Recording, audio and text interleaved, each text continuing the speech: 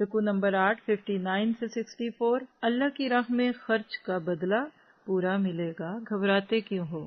وَلَا يَحْسَبَنَّ الَّذِينَ كَفَرُوا سَبَقُوا، کافر یہ خیال نہ کریں کہ وہ بھاگ نکلے، یقیناً وہ عاجز نہیں کر سکتے۔ تم ان کے مقابلے کے لیے اپنی طاقت بھر قوت کی تیاری کرو اور گھوڑوں کے تیار رکھنے کی، کہ اس سے تم اللہ کے دشمنوں کو خوف زدہ رکھ سکو، اور ان کے سوا اوروں کو بھی جنہیں تم نہیں جانتے۔ اللہ انہیں خوب جان رہا ہے، اور جو کچھ بھی اللہ کی راہ میں صرف کرو گے وہ تمہیں پورا پورا دیا جائے گا، اور تمہارا حق مارا نہ جائے گا۔ ذرا سا سوچیے، اور اس میں صرف مال نہیں ہے، ڈالرز پاؤنڈ کرون نہیں ہے، اس میں آپ کا وقت، آپ کے جذبے، آپ کی ایفرٹ، سب کچھ اس میں آتا ہے۔ اللہ اتنے زیرو لگا کے آپ کو دیتا ہے کہ بندے کو یقین نہیں آتا کہ یہ میرے ہیں۔ اگر وہ صلح کی طرف جھکیں تو تو بھی صلح کی طرف جھک جا، ٹٹ فار ٹیٹ، کچھ ایسا کرے تم ویسا کرو۔ اسلام بندے کو کوئی نائف تو نہیں بناتا یا نہ سمجھ تو نہیں بناتا، اور اللہ پر بھروسہ رکھیے، یقیناً وہ سننے جاننے والا ہے۔ اگر وہ تجھ سے دغا بازی کرنا چاہیں، یعنی ڈیسیو کریں، دھوکہ دیں، تو اللہ تجھے کافی ہے۔ اس نے اپنی مدد سے مومنوں سے تیری تائید کی ہے، ان کے دلوں میں باہمی الفت بھی اسی نے ڈال دی۔ اب اس کو ہائی لائٹ کریں۔ آپ کو کسی کی محبت چاہیے؟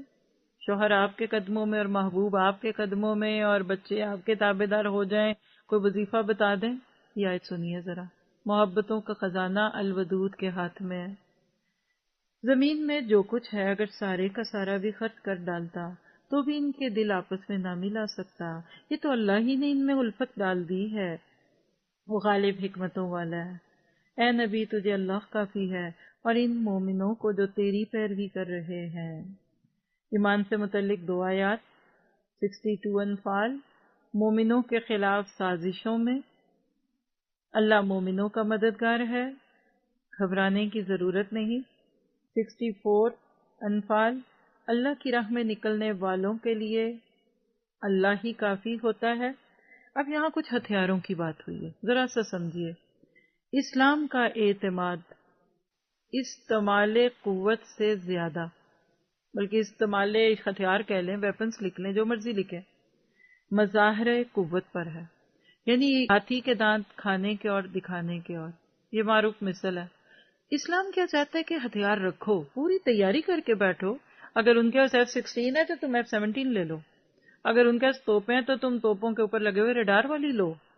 ہاں، جب وہ نہیں رکھیں تم بھی نہ رکھو، لیکن دکھاؤ، بس روب ڈالو، مروبیت ہو، اس لیے رکھو۔ ایک معروف مثال اچھی تو نہیں لگتی لیکن میں دینا چاہوں گی کہ جب آپ اکیلے میں واک کریں اور راستے میں کتے ہوں تو وہ کتے آپ کی طرف دوڑیں گے۔ ایک شخص کہیں جا رہا تھا تو اس کے پیچھے کتے پڑ گئے، گھبرایا، خیر جان بچی۔ آگے ایک بزرگ ملا، کیا ہوا؟ کہا یہ ہوا۔ کہا کل آتے ہوئے نا بس ایک یہ درخت سے ایک ذرا سی چھڑی توڑ کے نا وہ ہاتھ میں رکھ لینا۔ کہنا اس سے کیا ہوگا؟ کہنا کر کے تو دیکھ۔ اگلے دن جب وہ واک پہ گیا نا تو اس نے ہاتھ میں وہ چھڑی پکڑ لی، کوئی کتا اس کے پاس نہیں آیا۔ آگے بزرگ کھڑا تھا، اس نے کہا دیکھا کتا ہاتھ میں چھڑی دے کے قریب نہیں آتا، اتنا بزدل ہے، ڈرپوک ہے۔ تو یاد رکھیے ہتھیاروں کا بھی بس یہی کام ہے۔ مختلف اسپیشل ڈیز کے اوپر جو پریڈ دیکھتے ہیں دل تو بیٹھتے ہیں نا، اٹامک انرجی ہونا چاہیے، نیوکلیر بام ہے تو ہونا چاہیے، اور شاید یہی ہے تو جس کی وجہ سے ابھی تک ہم اپنی کمزوریوں کے باوجود اللہ کی رحمتوں سے بچے ہوئے ہیں۔ لیکن مومن کا اعتماد کیا ہے؟ کافر ہے تو شمشیر پہ کرتا ہے بھروسہ، مومن ہے تو بے تیغ بھی لڑتا ہے سپاہی، جو صحابہ کرام کے لیے تھا۔ کیوں ہتھیاروں پہ اتنا اعتماد کیوں نہیں کرنا؟ اس لیے کہ اسلام خود اپنی ذات میں سب سے بڑی طاقت ہے۔ جس کا اسلام جتنا پکا، جتنا پیارا ہوتا ہے نا، وہ اتنا ہی طاقتور ہوتا ہے۔ ہاں، ایک اور طاقت ہے جس کو آج امت مسلمہ بھولی ہوئی ہے، اور وہ ہے آپس میں اتفاق سے رہنا، اتحاد، یونٹی۔ آپس میں اتفاق رکھنا اتنا ضروری، مگر اتنا کم کیوں ہے؟ اس لیے کہ آپس میں اتفاق رکھنا دشمن پر غلبہ پانے سے زیادہ مشکل کام ہے۔ ایم آئی رائٹ اور رانگ؟ ایک جگہ کام کرتے ہوئے اتنے کمپیوٹر خراب نہیں ہوتے جتنے دل خراب ہوتے ہیں، اتنی لسی کھٹی نہیں ہوتی جتنے دل کھٹے ہو جاتے ہیں، اتنی جوتیاں نہیں چبھتی جتنی باتیں چبھتی ہیں، لیکن پھر بھی اتفاق، پھر بھی اتحاد۔ آپ کے جسم کے نرم گوشت نے ہڈیوں کو برداشت کیا ہوا ہے، آپ کی نرم زبان چاروں طرف کے سخت دشمنوں میں بیٹھی ہوئی، تبھی تو کام ہو رہا ہے. دانت نکال دو کیونکہ آپ کی زبان کو نہ کھا جائیں، تو پھر آپ کیسے کھائیں گے مزے مزے کی چیزیں؟ اچھا زبان نکال دیتے ہیں تو پھر ٹیسٹ کہاں سے آئے گا؟ ایسے ہی ہوگا. آپ کو ایسے ہی رہنا ہے، آپ نے ادھر ہی رہنا ہے. اور اچھا ہے آپ کو بھی تو کوئی ذرا سا کوئی جلانے والا ہو، آپ پتہ نہیں کس چیز میں دوسروں کو رکھتے ہیں. اور پھر اگلا اصول یاد رکھیے، اسلام کی فتح کا راز جنگی مقابلوں میں نہیں، اس کے اصولوں کی تبلیغ میں. اسلام ایک ڈسپلن ریلیجن ہے، باصول دین ہے. آپ جنگی مقابلے کرا لیں، ادھر سے توپیں، ادھر سے تیر، ادھر سے وہ. بدر سے لے کے تبوک تک ملاحمات کہتے ہیں ان کو، نبی صلی اللہ علیہ وسلم کی جنگیں پڑھ کر دیکھیے. ہر دور میں مسلمانوں کے اسباب تھوڑے تھے، افراد تھوڑے تھے، ٹوٹی ہوئی تلواریں لے کے جاتے تھے، جیت کے آتے تھے، کیونکہ اصولوں کے پکے تھے. آج ہم بے اصول ہو گئے.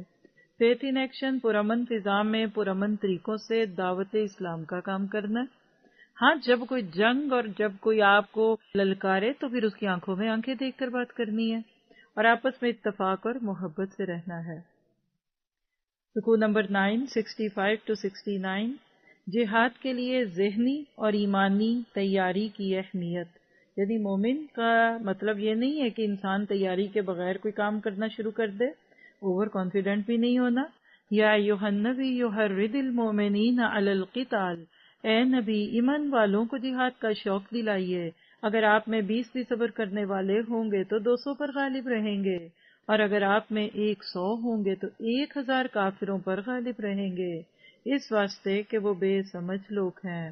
اچھا اب تو اللہ آپ کا بوجھ ہلکا کرتا ہے.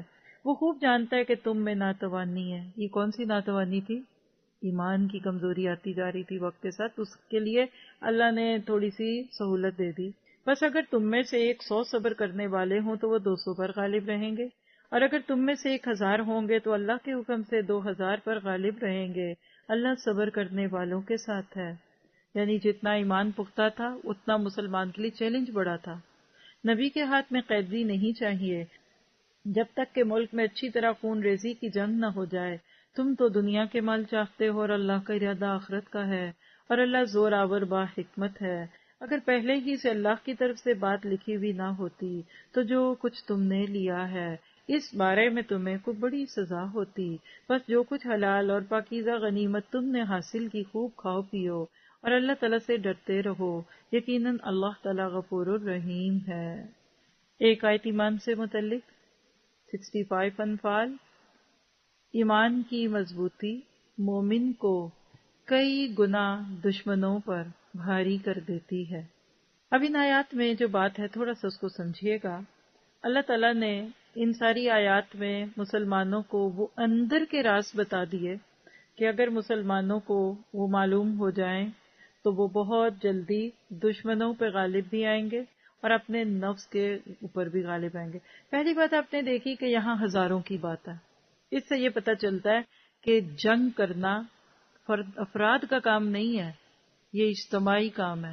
امت مسلمہ کا وہ حکمران جو اللہ کے نام پہ اللہ کے بتائے ہوئے طریقے سے نامینیٹ کیا گیا ہو، وہ جنگ ڈکلیئر کرے گا تو جنگ ہوگی.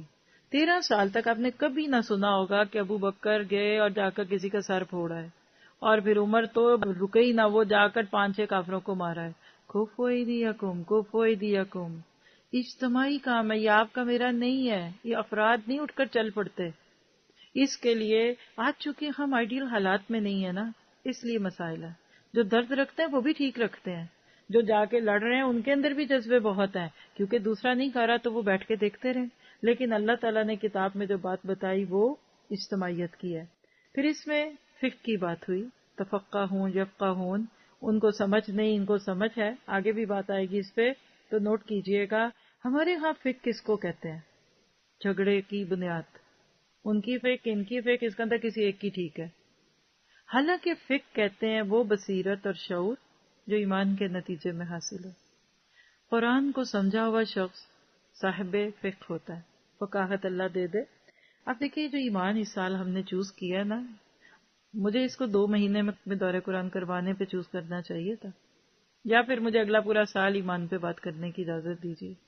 کیونکہ ایمان دل کے اندر ایک روشنی لاتا ہے.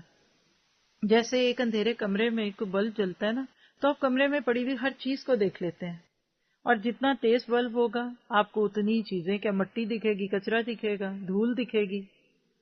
جتنا آپ کے اندر ایمان آتا جاتا ہے آپ اللہ کی حقیقتوں کو، اللہ کی اس دنیا کی حقیقتوں کو دیکھتے ہیں، آپ کہہ سکتے ہیں کہ ایمان ایک ربانی شعور ہے جس سے انسان حقیقتوں کو اصل صورت میں دیکھنے لگتا ہے، اور انسان زندگی اور موت کی حقیقت کو پا لیتا ہے کہ اصل زندگی حیات آخرہ ہے۔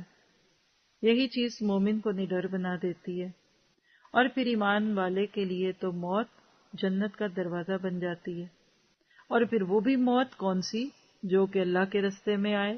وَلَا تَقُولُوا لِمَن يُقْتَلُ فِي سَبِيلِ اللَّهِ أَمْوَاتًا، جس کو ہم شہادت کہتے ہیں۔ شہادت تو مومن کے لیے جنت کا شارٹیسٹ روٹ بن جاتی ہے، مختصر ترین راستہ۔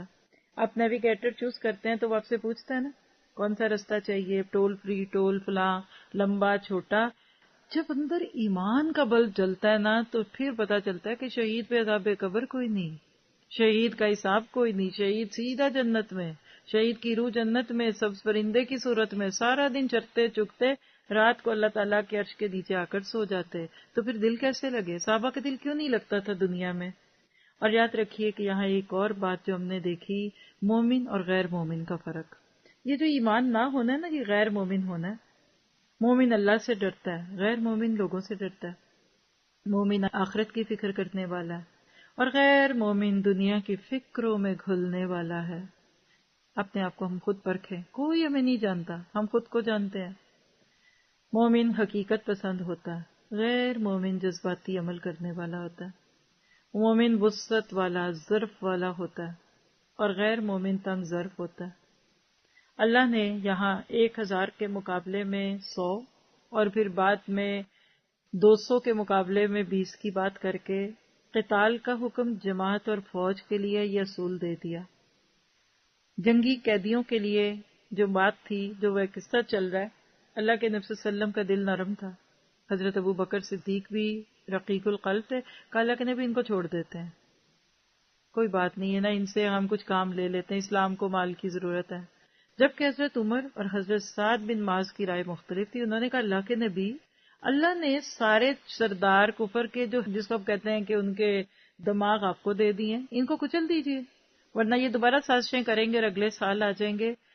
ان کی رائے ٹھیک تھی، کیونکہ اللہ کا اصل منصوبہ کیا تھا، پلان کیا تھا کہ کفر اور شرک کی جڑ اکھڑ جائے۔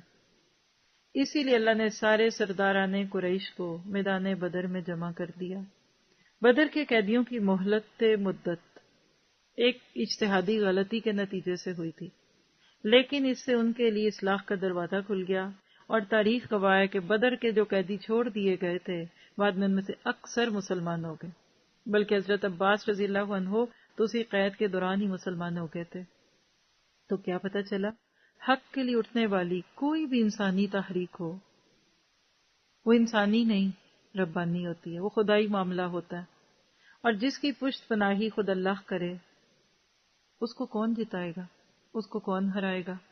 اللہ سے لڑنا کسی کے بس کی بات نہیں ہے۔ تو ہم سب نے ان ساری باتوں کو سن کر کیا عمل کرنا ہے؟ جہاد فی سبیل اللہ کے لیے خود کو تیار کرنا ہے۔ اس نسل کو کھپا دیں، قرآن کے پانی میں ڈبو دیں، ان کو سنائیں قصے صحابہ کے، اور ان کے اندر ایمان لائیں، ان کو تہجدوں اور فجروں پہ اٹھائیے۔ اگلی نسل انشاءاللہ ہاتھوں میں تلوار پکڑ کر نہیں، تیر پکڑ کر، اور جو وقت کا ہتھیار ہوگا اس پہ ہوگی، اور یہ ہوگا، یہ ہونے والا ہے۔ ہم نے اپنے بچوں کو قرآن نہیں دیا، وہ فجر پہ نہیں اٹھتے تو وہ دشمن کے لیے اٹھیں گے؟ آپ آج کے کسی جوان 20 سے 25 سال کے لڑکے کو ذہن میں لائیے، دشمن آ جائے تو یہ کیا کرے گا؟ 911 کال کرے گا، اور کیا کرے گا؟ جان چھڑائے گا، بستر کے نیچے چھپ جائے گا۔ آپ نے اپنے بچوں کو کیا ایمان دیا؟ آپ کریں کیا؟ ہم تو خود بھی ایسے ہی تھے، ہمیں نہیں پتا، لیکن میری سٹون سے مجھے معاف کیجیے۔ کسی کا دل توڑنا میرا مقصود نہیں ہے، لیکن میں عمومی طور پہ امت مسلمہ کی بے حسی کو فیل کر کے کہتی ہوں، ہمارے بچے کا ایک اسائنمنٹ نہ ہو، ساری رات جاگے گا، اور اس کی ایک فجر نہ ہو، میں کوئی غم نہیں۔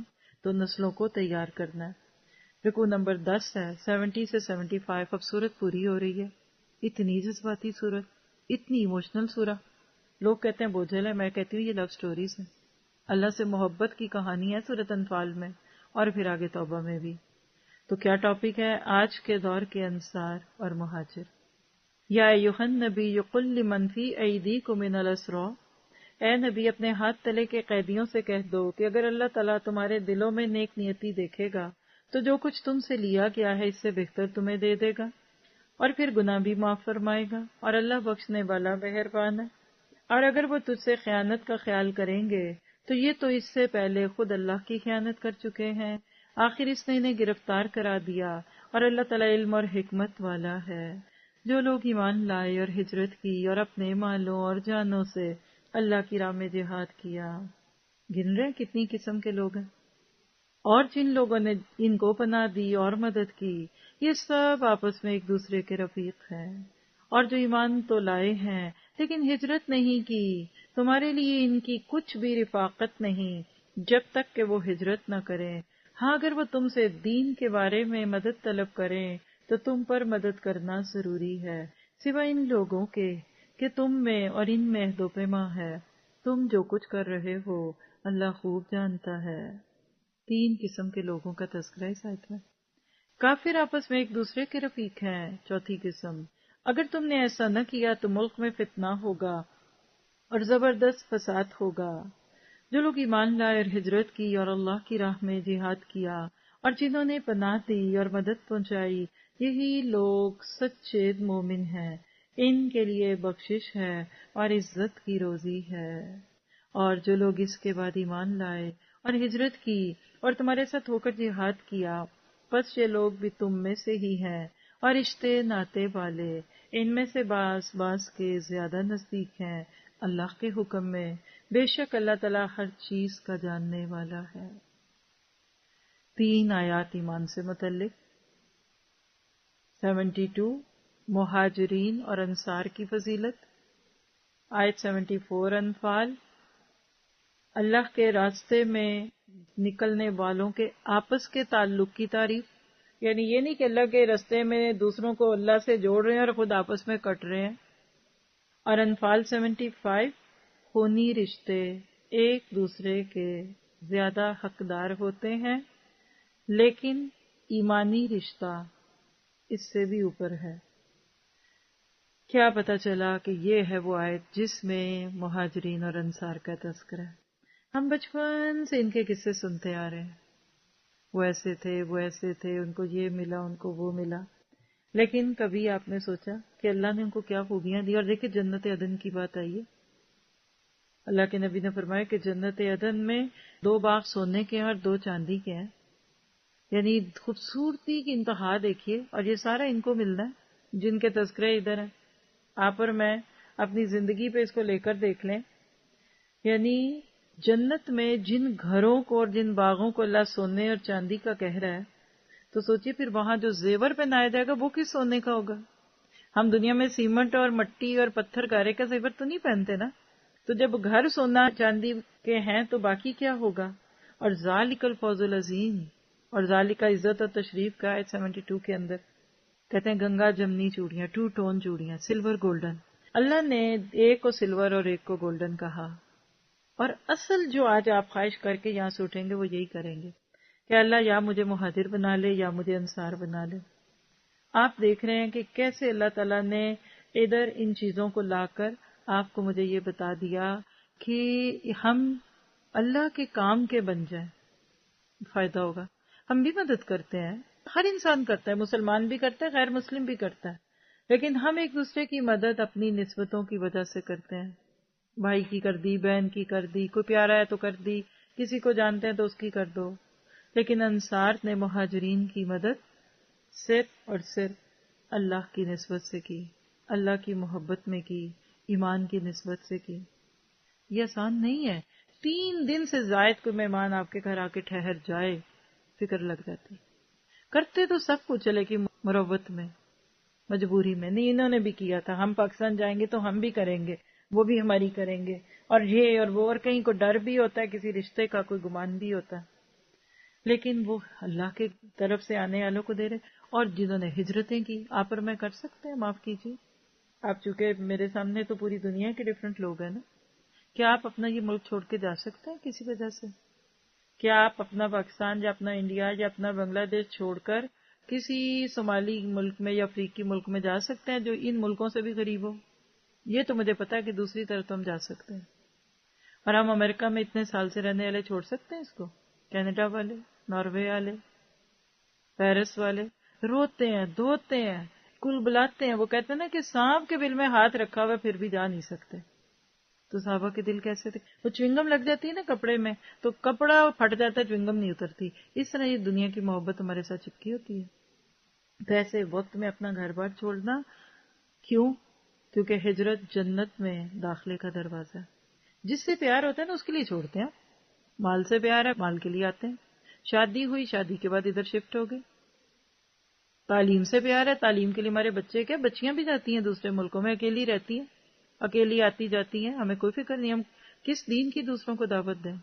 سوچنے کی بات ہے. تو یاد رکھیے کہ اللہ کے ناپسندیدہ مقام سے نکل کر اللہ کے پسندیدہ مقام کی طرف جانا اصل میں جنت میں جانا ہے. صحابہ نے یہ کر کے دکھایا.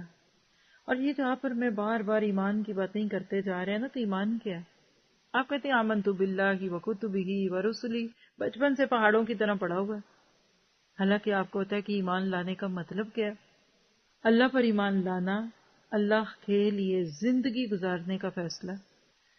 اور ایسے لوگ اکثر پھر اپنوں کے بیچ میں اجنبی بن جاتے ہیں. کبھی اجنبیت اتنی بڑھتی ہے کہ پھر ہجرت کی نوبت آ جاتی ہے. فطوبی للغرباء. اللہ تعالیٰ آپ کو مجھے اس میں قبول کرے. فیتھ ان ایکشن، غیروں میں رہ کر ان کے انداز اختیار نہیں کرنے، دیار غیر کی مشکلوں میں دین پر جم کر آنے والی نسلوں کے ایمان کی حفاظت کرنی ہے. اپنی اور اپنے بچوں کی تربیت میں صحابہ کرام کو معیار بنانا ہے. اسلام کے دفاع میں کامیابی کے لیے ہر رنگ اور نسل کے لوگوں سے مل کر کام کرنا ہے، اور خود کو طالب علم سے اٹھا کر طالب رضا الہی بنانا ہے، یعنی یہ علم آپ کو اللہ کی رضا دے دے. تو یہ تھے چند خوبصورت جملے سورۃ انفال کے نام. اب اگلی سورت ہے سورۃ توبہ. دونوں کے بیچ میں بسم اللہ نہیں ہے. کیوں نہیں ہے؟ کیونکہ اللہ کے نبی نے نہیں دی. اس سے یہ لکھ لیجئے کہ قرآن کے اور حدیث کے کسی زیر اور زبر کو بھی آپ اور میں بدل نہیں سکتے. کئی دفعہ دعاؤں کے اندر ہم سب کے لاحقے لگا دیتے ہیں. سورۃ توبہ کا مین تھیم کیا ہے؟ محبتوں کی آزمائش. دونوں صورتوں میں اگر تقابل کر کے دکھاؤں نا تو سورۃ انفال کا آخر ابھی ہم نے کیا پڑھا ہے؟ مہاجر اور انصار، ایمان کی نسبت دوسروں سے جڑنا، مہاجر بن جاؤ یا انصار بن جاؤ. سورۃ توبہ میں کفار سے کٹنا ہے. برات تم سے شروع ہو رہی ہے بات، اجنبیت، بیزارگی سے. اس میں غزوہ بدر کا ذکر تھا، اس میں غزوہ تبوک کا ذکر ہے. وہ پہلی جنگ تھی اللہ کے نبی کی باضابطہ طور پہ، چھوٹے موٹے اور تھے مار کے اس سے پہلے بھی. یہ آخری جنگ تھی. غزوہ بدر غلبہ اسلام کا آغاز تھا اور غزوہ تبوک غلبہ اسلام کا کمال تھا. اور پچھلی صورت کے ساتھ اس کو جوڑ لیجئے تو اللہ تعالیٰ نے یہ بتا دیا جتنا زیادہ تم اللہ سے جڑتے جاؤ گے اللہ تمہیں پرانی غلط چیزوں سے کاٹتا جائے گا. ہمارا مسئلہ پتہ کیا ہے؟ ہم اللہ سے جڑنا چاہتے ہیں، شیطانی چیزوں سے کٹنا نہیں چاہتے. ہمیں اللہ کے رستے اچھے لگتے ہیں لیکن شیطانی رستے بھی نہیں چھٹتے. وہ کہتے ہیں نا کہ ہمارے اندر دو رخا پن ہوتا ہے، پکارے مجھے گھنیری چھاؤں. کہیں ہمیں دھوپ اچھی لگتی ہے تو کہیں چھاؤں بھی اچھی لگ رہی ہوتی ہے. تو کہیں جڑنے کے لیے کہیں سے کٹنا ضروری ہوتا ہے. بیٹی ماں باپ کا گھر چھوڑتی ہے نا، پھر ہی شوہر کے گھر میں آتی ہے. تو پچھلی نسبتیں، پچھلے گناہ، پچھلے طریقے تھوڑے تھوڑے کر کے چھٹتے جائیں گے. اللہ آپ کو نیکیوں میں بڑھاتا جائے گا. آئیے شروع کرتے ہیں سورۃ توبہ 9 نمبر کی، یعنی 9 سورہ ہے. 129 آیتیں ہیں اس بارے میں. اس کی سورت کا نام توبہ ہے نا، تو سورۃ توبہ میں تقریباً 16 ٹائم توبہ کا ذکر ہے. توبہ کس طریقے سے اس میں اللہ تعالیٰ نے واقعی ہم سب کو توبہ کرنے کی دعوت دی ہے. اور اسی طرح سے آپ یہ کہہ سکتے ہیں کہ اس سورت کے تقریباً 15-16 نام ہیں. اور یہ 9 ہجری اور اس کا نزول کا ٹائم چھوڑ دیجئے، بس اتنا سمجھ لیں کہ فتح مکہ کے بعد نازل ہوئی، اسی لیے اس میں بہت ساری امینڈمنٹس ہیں۔ چلیے دیکھتے ہیں 1 سے 6۔ براءۃ من اللہ ورسولہ الی الذین عاہدتم من المشرکین، ٹاپک ہے اعلان برات۔ اللہ اور اس کے رسول کی جانب سے بیزاری کا اعلان ہے ان مشرکوں کے بارے میں جن سے تم نے عہد و پیمان کیا تھا۔ پس سے مشرکو تم ملک میں 4 مہینے تک تو چل پھر لو، جان لو کہ تم اللہ کو عاجز کرنے والے نہیں ہو، اور یہ بھی یاد رہے کہ اللہ کافروں کو رسوا کرنے والا ہے۔ اللہ اور اس کے رسول کی طرف سے لوگوں کو بڑے حج کے دن صاف اطلاع ہے کہ اللہ مشرکوں سے بیزار ہے، اور اس کا رسول بھی۔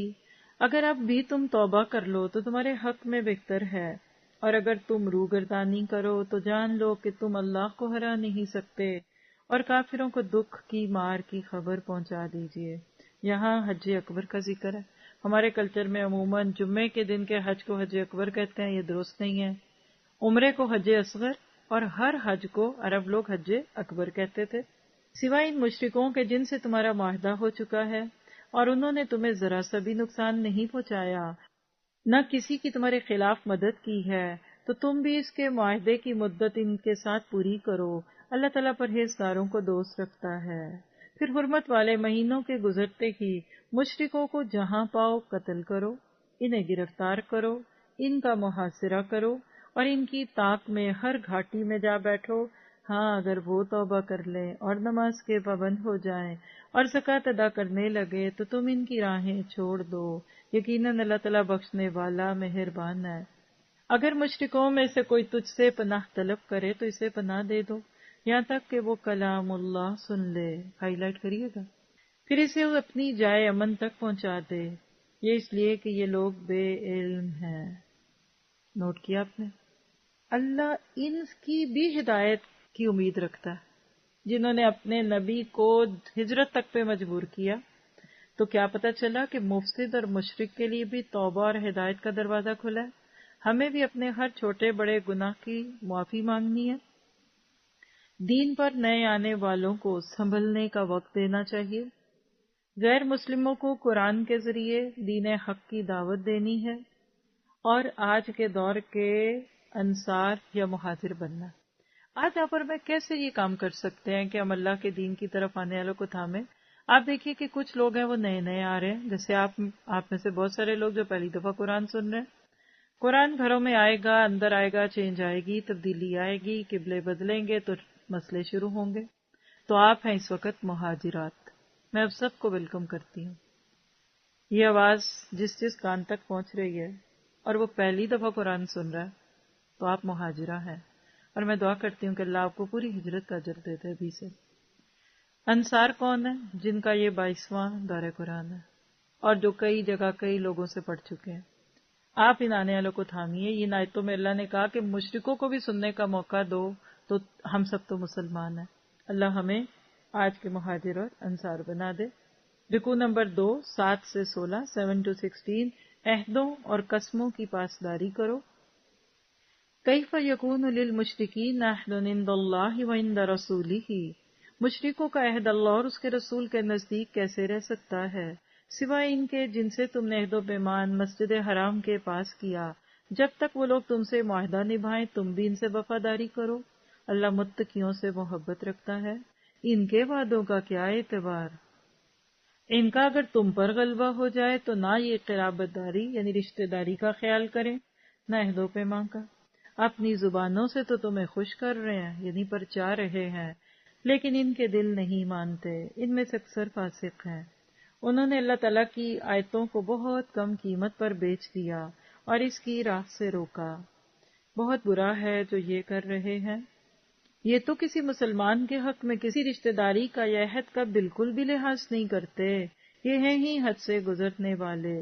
لیکن اب بھی اگر یہ توبہ کر لیں اور نماز کے پابند ہو جائیں اور زکوٰۃ دیتے رہیں تو تمہارے دینی بھائی ہیں۔ اس کو نوٹ کریے آپ ذرا۔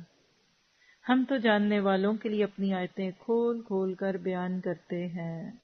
اگر یہ لوگ عہد و پیمان کے بعد بھی اپنی قسمیں توڑ دیں اور تمہارے دین میں طعنہ زنی کریں تو تم بھی ان سرداران کفر سے بھڑ جاؤ، ان کی قسمیں کوئی چیز نہیں، ممکن ہے کہ اس طرح وہ بھی باز آ جائیں۔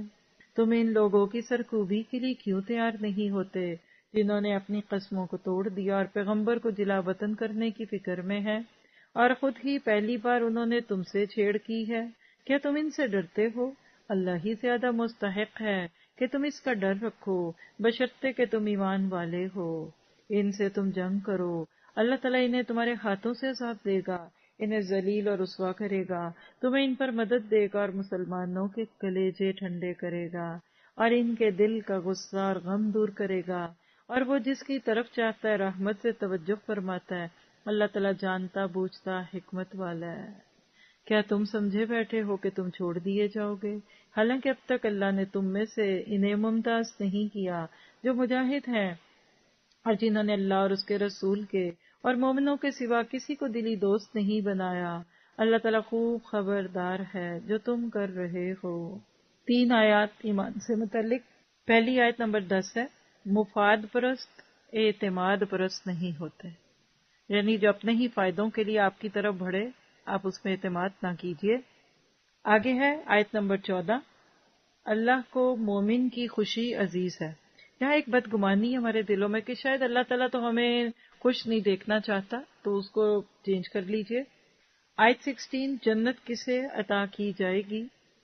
کیا پتہ چلا کہ جب تک مسلمان خود کھڑے نہ ہوں گے تب تک اللہ کی مدد نہیں آئے گی۔ اور خاص طور پہ آپ دیکھیے کہ ان آیات میں جو آپ کو چیز سمجھ آنی چاہیے جو آپ کے میرے متعلق ہے کہ ایک تو کفر اور دوسرا اس کے اوپر وعدے توڑنا۔ اللہ کے نبی صلی اللہ علیہ وسلم نے صلح حدیبیہ کے بعد کچھ معاہدے کیے تھے، انہی کے توڑنے کی طرف اشارہ ہے۔ پتہ یہ چلتا ہے کہ اللہ کے نبی صلی اللہ علیہ وسلم کی سیرت پڑھیں تو آپ نے صلح بھی کی اور جنگ بھی کی۔ مقصد نہ صلح ہے نہ جنگ ہے، مقصد غلبہ اسلام ہے۔ جو سیدھے رہیں تم بھی ان کے ساتھ سیدھے رہو۔ اور پھر اسی طرح سے آپ دیکھ رہے ہیں کہ ادھر آپ کو جو بات پتہ چل رہی ہے وہ کیا ہے کہ جس نے زکوٰۃ نہیں دی اس کی نماز بھی نہیں ہوئی۔ یہ ابن مسعود کا قول ہے، اس لیے ذرا سی فکر کی ضرورت ہے۔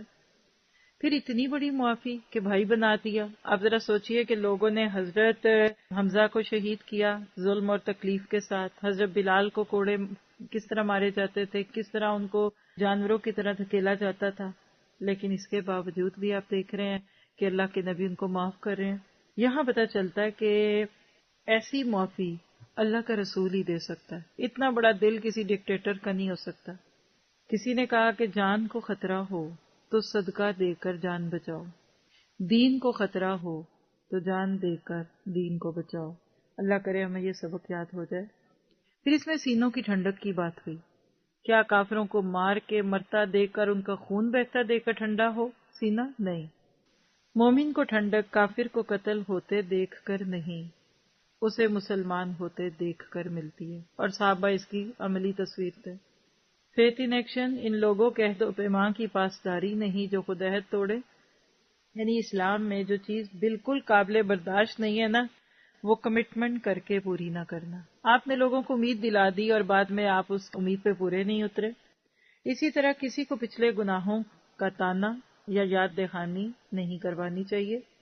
خود کو اخلاقی کمزوریوں سے پاک کر کے دوسروں کے لیے مفید بننا، اپنی ذات کی نفی کر کے اسلام کی طاقت بننا ہے۔ اللہ تعالی ہمیں اس کی توفیق دے۔